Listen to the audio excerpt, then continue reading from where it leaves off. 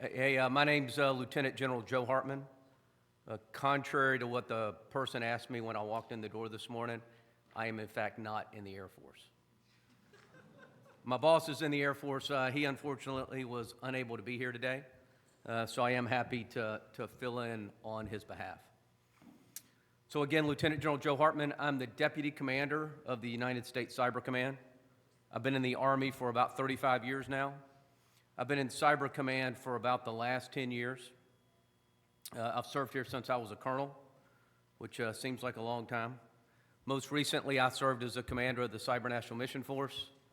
I think General Malik is here today, the current commander, and I know that she'd be interested in talking to y'all as well. It's been an interesting last 10 years in Cyber Command. Today, I look forward to talking about Cyber Command and our incredibly talented personnel with everybody here. Cybercom is responsible for overseeing U.S. military operations in cyberspace. Our mission is to secure the Department of Defense's information networks and work with partners both at home and abroad to safeguard U.S. national security interests. Our most important partnership is with the National Security Agency, with both the National Security Agency and Cyber Command under the leadership of General Tim Hawk as what we call the dual-hatted commander of Cybercom and the director of the National Security Agency. This unique structure allows us to move with speed, agility, and unity of effort to defend America at home and abroad. I am and I have been privileged to work with an exceptionally talented workforce whose skills and creative approach to solving hard problems are modernizing the way the command responds to our adversaries worldwide. At Cybercom, people are our greatest asset. I look forward to talking with all of you later in the presentation about the incredibly talented people that we have.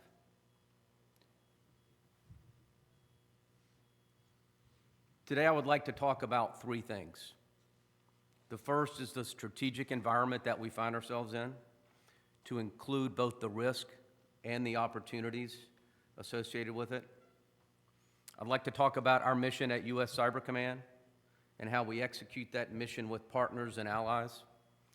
But what I really want to focus on is where we're going in the future as we continue to evolve and grow the command to meet the challenges, to focus on talent, to focus on innovation, and to focus on partnerships that we require as we move forward. So today's strategic environment. Today's strategic environment is one of unprecedented threat and of unprecedented opportunity. There are three main aspects that have tremendous ramifications for both Cybercom and for our national security. The first is a competitive challenge and threat that the People's Republic of China poses. Second is the accelerating technological change that's producing a rapidly expanding art of the possible for both us and potential adversaries. And third is a growing number of non-state entities empowered through technological innovation who are capable of consequential effects that can have a global impact. First, I'd like to start and talk about China a little bit. The People's Republic of China presents a unique challenge to our nation.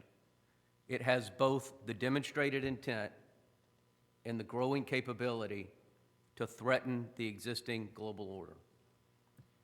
It is both an urgent military threat in the Indo-PACOM, not just to the United States, but to our allies and partners, and it's an enduring generational competitor across all elements of national power. Nowhere is this more evident than in the cyber domain. The PRC is engaged in a deliberate campaign to challenge the U.S., its allies, technologically, while putting our critical systems and our infrastructures at risk. I know a number of my colleagues have talked about this in depth in other presentations here, and they will continue to do so. The People's Republic of China continues to grow the scope, scale, sophistication, and speed of its cyber capabilities. The PRC Cyber Force operate unconstrained by matters of law or international policy. They are highly capable and move rapidly to exploit opportunities. And they demonstrate a risk tolerance that allows them to operate across our open society while we counter them in their closed and centrally controlled environment. China produces and drives cutting-edge technologies, and it's actively pursuing not just global relevance, but global dominance. This dramatic shift in relative national power has been achieved absent any type of hot conflict or conventional war. We must recognize this and contest the PRC below the level of armed conflict, particularly in cyber. And we must continue to do this every day. China's not a future problem, it's a today problem.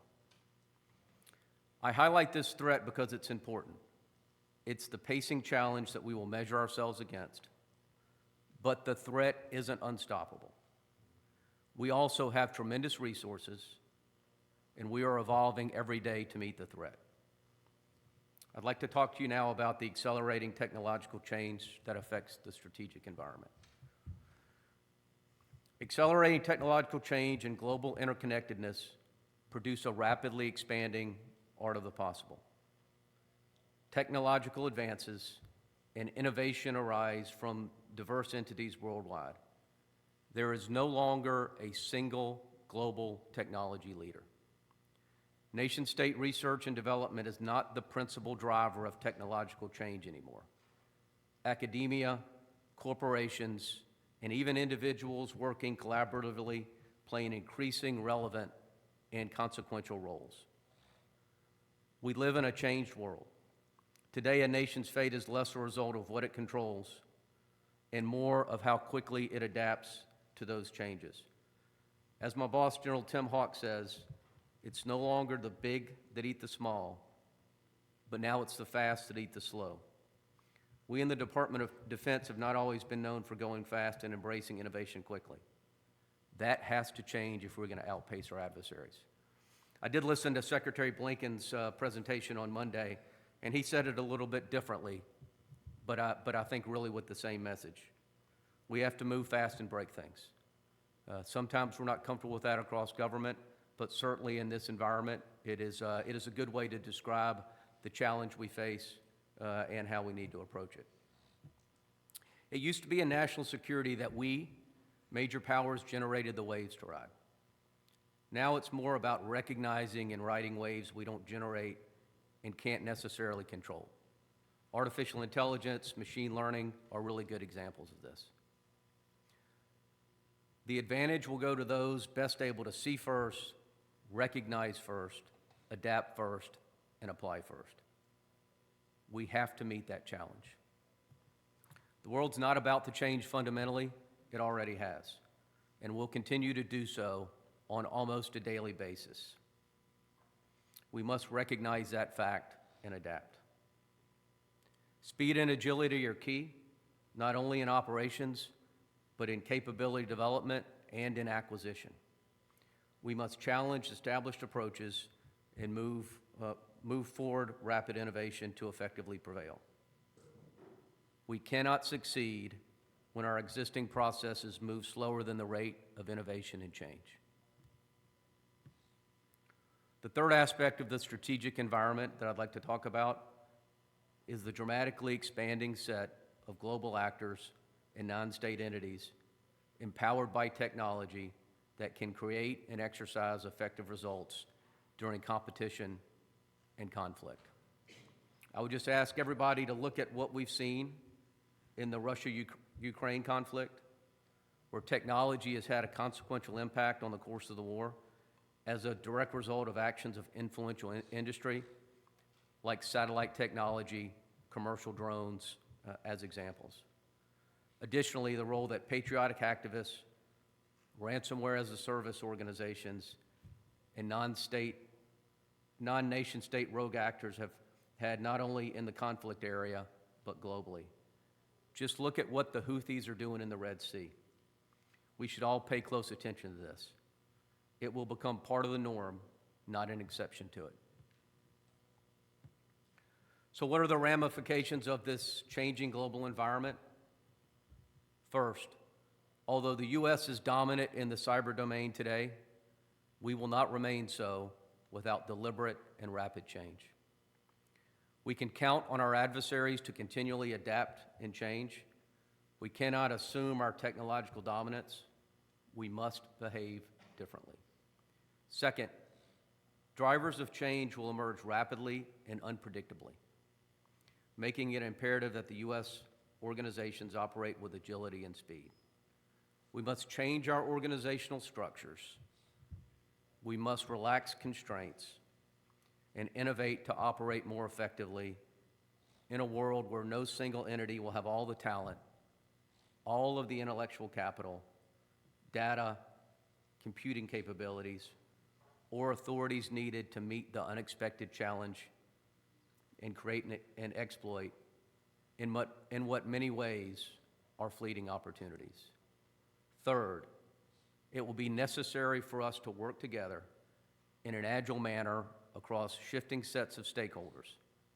We cannot act in isolation or rely on purpose-built industrial age entities or processes.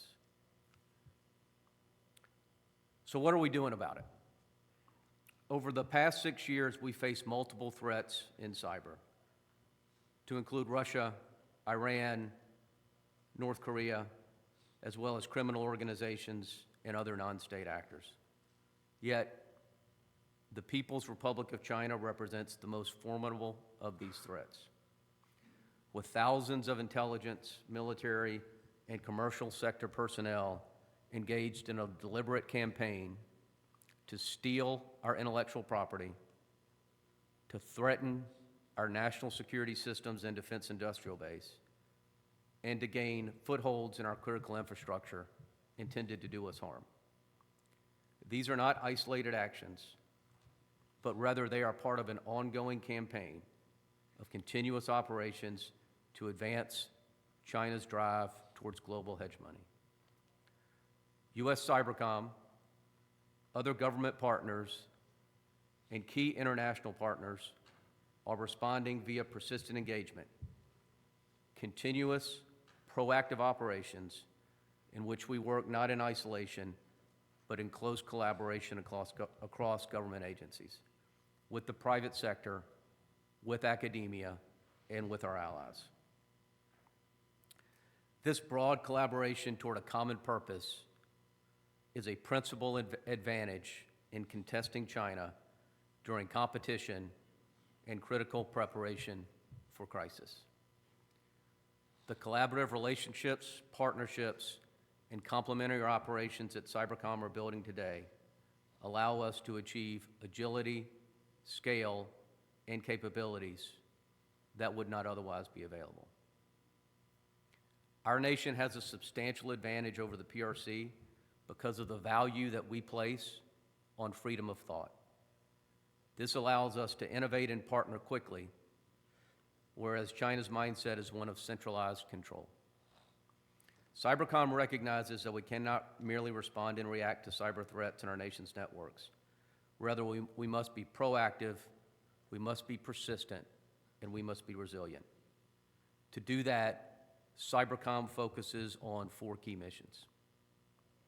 The first mission of Cybercom is to defend the Department of Defense's networks, data, and weapons system.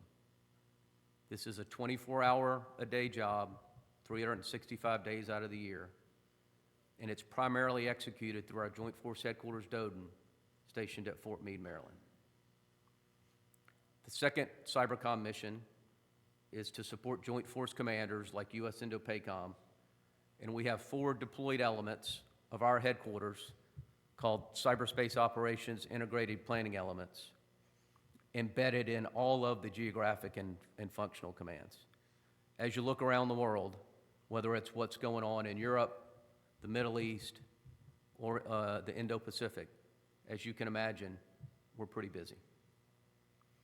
The third mission is to defend the nation against malicious cyber actors in close coordination with DHS CISA the FBI, and other government partners and private industry.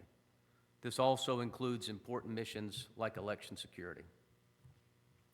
We also support allies and partners as they develop their own cyber capabilities to defend against malicious cyber actors who threaten them and the United States. One example of a mission that crosses all lines of effort are what we call hunt forward or defend forward operations. Hunt forward operations have been going on for the last 5 years with the intent to understand an adversary, their techniques, their tools, and their infrastructure, and to provide support to allies and partners around the world. U.S. Cybercom, under the Cyber National Mission Force, deploys small teams to hunt with our allies and partners on their networks. This is based on requests from friendly governments for assistance in assessing their networks for vulnerability and adversary presence. We then help them expose and mitigate the malicious cyber activity. By doing this, we gain crucial insights that are then shared with others, enabling a broad disclosure of adversary opportunities in cyber. It constrains our adversaries' activity, and it provides us opportunities. Since 2018, Cybercom's Cyber National Mission Force has conducted dozens of hunt forward operations in over 80 friendly networks around the world. Over that time, these hunt forwards have matured into an important pillar in defense of the nation. Additionally, they have allowed us to work with like-minded partners around the world in a way that makes all of our nations safer. Again, going back to Secretary Blinken's statements on Monday, he talked about digital solidarity in action. We believe this program is a great example of U.S. digital solidarity in action. I now really want to shift to the future. So I've discussed the strategic environment, the threats and opportunities that we face, and briefly discussed our operations, or what we do at Cybercom. I now want to talk about what we're doing to attract talent, to innovate, to scale to meet our future challenges. And for us, it's all about people and partnerships. Another theme that I think you'll see common across a number of different stakeholders here at RSA. The first partnership I want to talk about is our partnership with DARPA. If you're here in this room, you already understand that cyber is a constantly advancing and evolving trade. In addition to the rapid pace of change, we're also dealing with the threat of a relatively new domain with a lack of adherence to international norms.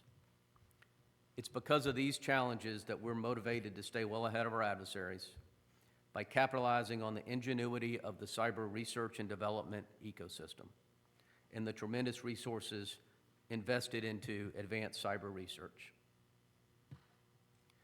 Many of you may be familiar with the Defense Advanced Research Projects Agency, or DARPA. For decades, they've produced breakthrough technologies that have advanced national security, paving the way for game-changing innovations, such as something you may have heard of, the modern-day internet, miniaturized GPS, stealth technology, automated cyber reasoning systems from the Cyber Grand Challenge, and the list goes on. More recently, we, Cybercom, have been partnering with DARPA to solve one of our biggest challenges: delivering advanced cyber technologies to our troops as quickly as possible. In the last 2 years, we've established a pilot effort called Constellation. Through Constellation, we're creating a pipeline and infrastructure for delivering cyber capabilities from the laboratory to the cyber battlefield by minimizing and removing barriers for technology implementation and making concerted efforts to implement new technology to attain speed, scale, and persistence. Through Constellation, we are taking the most promising technology from across DARPA, from across the DARPA portfolio, and developing critical capabilities under focused projects to accelerate direct delivery to the warfighter. Just weeks ago, we evolved this relationship even further to be an enduring pillar of success towards maintaining technological overmatch through signing of a binding agreement of partnership with DARPA and formalizing our joint activities to double down on our previous partnership. So what does this mean? We're talking about the rapid expansion of the art of the possible by partnering directly with the people, persistently pushing the technology beyond its limits. Conversely, informing and challenging those advancements through an operational lens to maximize the balance between the art and science of cyber in support of national security. For those of you who are focusing on cyber efforts that want to be part of keeping our country safe and free, engage with DARPA. You can propose your ideas to them. You can be on the bleeding edge of technology development by participating in DARPA-funded efforts, many of which ultimately help shape and provide technologies to the government needs for national security. Our partnership with DARPA will ensure that we bring cutting-edge technology to our force, and we look forward to working with everybody on that. I would highlight that the program manager from DARPA for the Constellation program, Tejas Patel, is here today. Tejas, raise your hand. If you want to talk to a wicked smart, awesome individual that is driving technology that the department needs, please link up with Tejas. He's doing an absolutely fantastic job, and we certainly look forward to working with you here in the future. Hey, let's talk now about how we're working internally in Cybercom in order to bring technology to the force, particularly as it relates to our defensive hunt missions.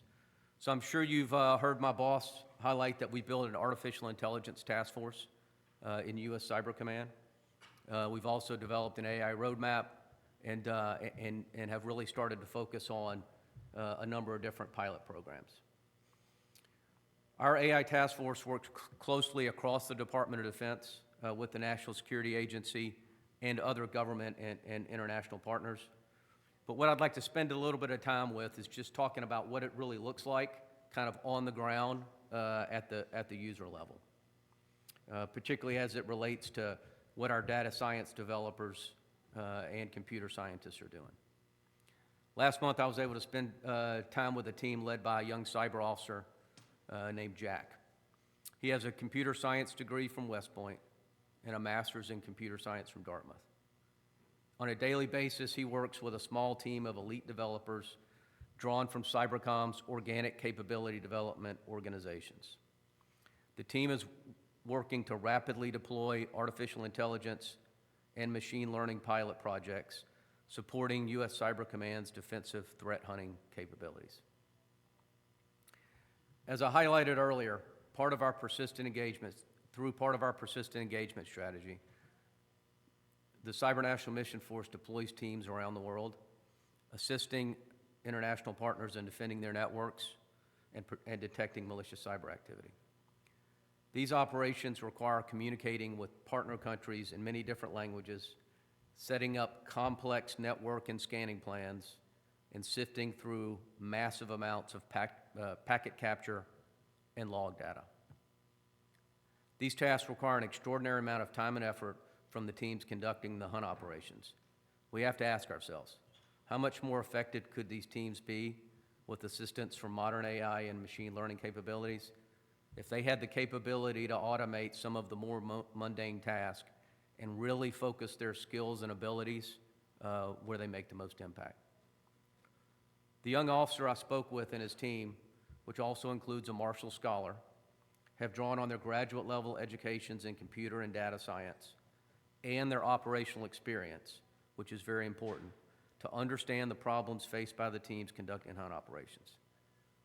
They've combined open source information, academic research, and industry expertise to identify artificial intelligence models that can assist analysts with tasks like local multi-language document translation, network anomaly detection, and security alert triage. The team leverages modern hardware platforms, deploying AI models on specialized GPU-enabled hunt kits that they are prototyping for our threat hunting teams. This rapid development process allows our AI task force to immediately assist Cyber National Mission Force teams in their task of defending critical networks around the globe. It also demonstrates how we can leverage the talented personnel within our own organization with a strong understanding of both artificial intelligence and cybersecurity to advance the mission of Cybercom in conjunction with our AI task force. Now let's talk about how we use technology in order to work with key partners around the world. Fundamentally, the cyber threat is a shared one. Confronting that threat requires building coalitions of the willing to meet it. As our national defense strategy states, close coordination with our allies and partners is foundational for the United States' national security interests and for our collective ability to address the pacing challenge presented by our adversaries. To that end, let me tell you about the U.S. Cyber Command's effort that took place in West Virginia 2 weeks ago. Lock Shields is the largest and most complex international live-fire cyber defense exercise in the world. Hosted by NATO's Cooperative Cyber Defense Center of Excellence in Tallinn in Estonia each year since 2008, this dynamic, critical infrastructure-focused exercise involves nearly 4,000 participants from 41 nations, providing training to civilian, government, military, industry, multinational partners, and academia. I would like to specifically highlight the great work that was done 2 weeks ago out in West Virginia. Cybercom's Joint Force Headquarters Doden that I talked about earlier, and its National Center of Excellence for Cybersecurity and Critical Infrastructure Collaborators, that's West Virginia University and Marshall University, led the U.S. team's operation in West Virginia on the campus of West Virginia University as part of what they called Blue Team 9, consisting of international partners from Norway and Montenegro, along with experts from the Department of Defense, Homeland Security, and Treasury. Additionally, we had players from the electrical and financial sectors, additional industry partner, and academia. Again, it's all about people and partnerships, right? Lock Shields provided us with the opportunity to simultaneously hone the capabilities of our allies, our industry partners, and yes, our own cyber forces to defend critical infrastructure from an advanced and persistent adversary, all while also helping to build the future cyber workforce with our academic partners, and to do so with a single venue. I would offer that that's pretty unique, and we certainly look forward to the future of these. This year marked the first time that the Ukrainians participated in Lock Shields. Their Deputy Secretary for National Security and Defense said, this year Ukraine is joining forces with the Czech Republic in a joint team for this exercise, working together on skills, sharing experiences, and enhancing cooperation are key elements in effectively countering modern cyber threats. I think that's very well said, and it applies not just to Ukraine, but it also applies to the U.S., our NATO partners, and everybody participating in the exercise. The ability to work directly with Ukraine, who's probably been subject to more cyber attacks than any country in history, very beneficial for all of us. Exercises like this with allies and partners from all over the world make us better.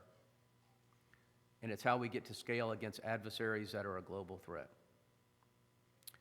Cybercom is also leveraging academic partners like the National Security Innovation Network. The Cybercom Intelligence Section has a collaborative relationship with the National Security Innovation Network, or NSIN. Since 2001, in support of our intelligence team's outreach with the academic community. Headquartered in Arlington, Virginia, NSIN reports to the Undersecretary of Defense for Research and Engineering with the mission to partner with various universities, military academies, schools, and the venture community to bring innovative tools and solutions to warfighters. Our intelligence section, or J2, leveraged this DoD program by submitting topics of interest to Ensign. Ensign prioritizes various Department of Defense entities' requests and then identifies partners from participating universities that can meet that requirement. If Ensign selects a cybercom topic, they pay for all programming costs. Cybercom's sole resource expenditure is the provision of personnel, really analysts, to act as mentors for the project. While our analyst time is valuable, this project is an investment that pays back tenfold. Partnering with DoD programs like Ensign allows the command to leverage the diversity of thought from academia and private industry at low or no cost to the command in order to expand the use of publicly available information and other tools critical to targeting, innovation, and competition in the cyber environment. Our most recent project with Ensign with a group of student researchers from George Washington University, where our intelligence analysts mentored a year-long capstone project focused on malicious cyber actors from North Korea. This resulted in the discovery of numerous DPRK technology worker entities, shell companies, and otherwise unknown operational locations that can be used to steer additional intelligence efforts to achieve greater understanding across the U.S. intelligence community. These types of academic operations are increasingly occurring not just with Ensign, but across what Cybercom calls its academic engagement network. Just like Ensign, the Cybercom Academic Engagement Network program is designed to enhance the command's ability to foster innovation and research on critical missions and to engage students and faculty in order to inspire service in the Department of Defense, both in the military and for civilian. This program also aims to better coordinate command headquarters and cyber component academic engagements as to ensure the cyber mission force is engaged with a diverse set of institutions, both federal and non-federal, and it's really focused on high-value outcomes. Through the Academic Engagement Network, Cybercom connects with a diverse set of over 126 schools to inspire the future cyber workforce and to enlist their help in solving some of our most critical challenges. One of the things we do under the Academic Engagement Network is our Cyber Recon program. It's a unique command-driven program focused on research and education to help bridge the gap between academia and the command. Innovation and new ideas come from the research, capabilities, and capacities that are abound on our diverse national college campuses. This program builds stronger ties to the Academic Engagement Network, allows the command to not only direct access to innovation that takes place on school campuses, but also a glimpse at the groundbreaking research that can and often does lead to technological breakthroughs. The last topic I want to talk that's allowing us to compete in the future is what we're doing to attract talent. There have been a series of legislations that have been passed that provide us some new authorities that I just want to spend a little bit of time focusing on. The first is Section 1531 of the National Defense Authorization Act, which provides the authority for Cybercom to financially recognize key innovators across the command. This authority is the first of its kind, allowing us to incentivize military members with up to $2,500 for their novel action, invention, or technical achievement that enables operational outcomes in cyberspace against threats to our national security. The command is partnering with the DoD's Chief Information Officer, the Principal Cyber Advisor, and OSD policy to implement this incentive for our service members. While mission is always going to be the top motivating factor for our uniformed cyber warriors, NDA 1531 will now enable Cybercom to monetarily reward out-of-the-box achievements for a select number of service members. The second piece I'd like to highlight is Section 1535 of the National Defense Authorization Act, which is aimed at high-end civilian talent. Cybercom's working across stakeholders to identify highly skilled, technical talent to fill gaps in our most critical offensive and defensive work roles. This includes advocating for what we call target local market supplement pay for those critical jobs at Cybercom, or TLMS. TLMS could result in an average 28% pay increase to incentivize our civilians performing these critical work roles. We are aware that financial competition is one of the federal government's biggest hurdles in attracting cyber talent. An average increase in 28% can give us a better seat at the table during negotiations. The final authorization is Section 4092 of Title 10. This code authorizes Cybercom to hire up to 10 eminent experts in areas like data science, computer science, computer network exploitation, etc., and pay them far above the normal government civilian pay scale. The pay scale authorized, while skill and job dependent, will allow us to attract highly talented people with a compensation package more similar to what you see in the private sector. Look, I know government service will always be more about mission than money, but compensation does matter. And we'll continue to work across the enterprise to improve compensation and benefits for our force. Our intent is to expand this authority not just for Cybercom headquarters, but to our cyber service components in the future. Hey, on June 2nd, the United States Army becomes what's called the Combatant Command Support Agency for U.S. Cybercom. That means that the Army will be responsible for our headquarters support, which includes our civilian hiring. We really look forward to working with the United States Army on a world-class talent management system that brings the right civilian talent to the organization that we need in order to compete in the strategic environment that I've talked about today. Part of our command code is we win with people. We have a new recruiting cell that enables global recruiting in support of the cyber mission and affords us the authority to rapidly identify and recruit technical talent. It's the kind of talent that we need to enable our mission in the future. So in closing, I'll leave you with a number of things today. All right, we live in a dramatically changing world where no entity working in isolation will have all the resources required to respond to the emerging threats or to create and exploit a fleeting opportunity. Advantage will go to those best postured to work in collaboration with others. The accelerating technological change creates rapidly expanding art of the possible. Those who work with others to see, understand, and apply first will be best postured to adapt, innovate, and succeed in a rapidly changing world. China is pursuing deliberate campaigns to gain advantage in every aspect of national power.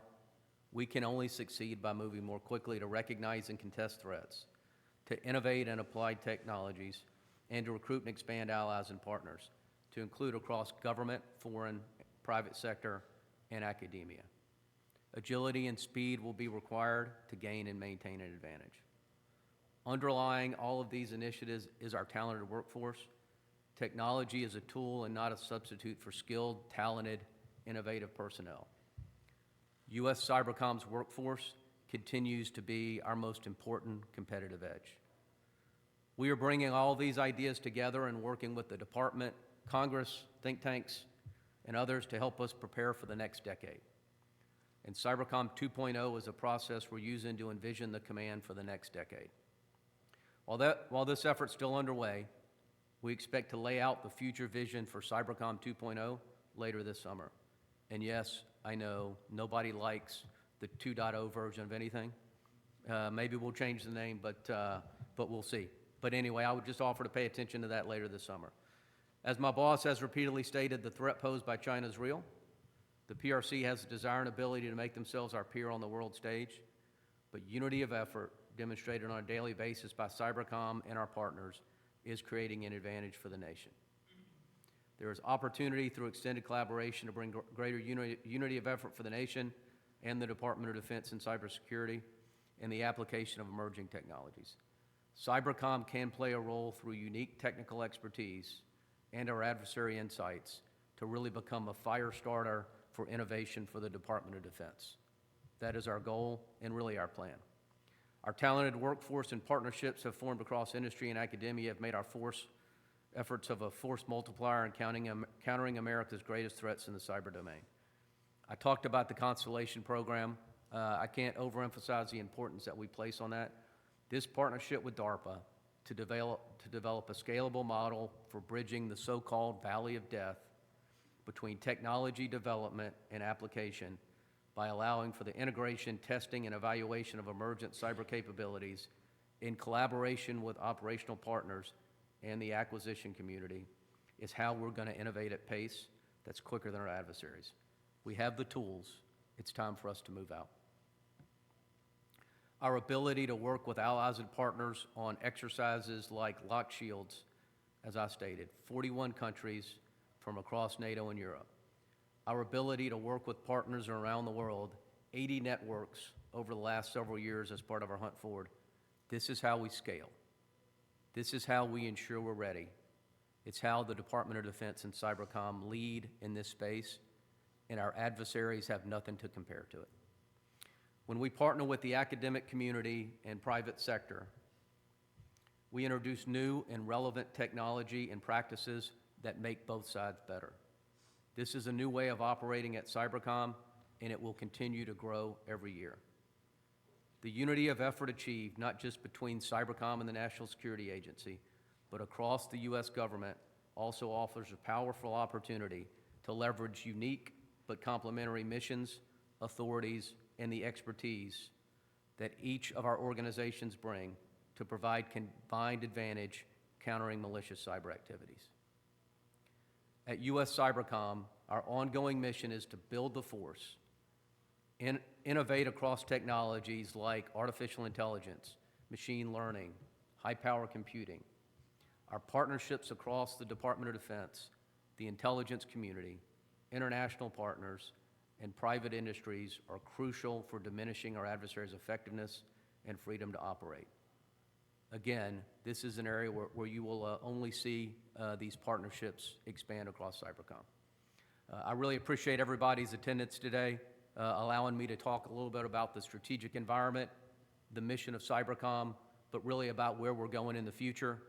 And if it didn't come out in the briefing, it's all about partnerships. It's all about the incredibly talented workforce that we have, and look forward to working with everybody here. Thank you so much.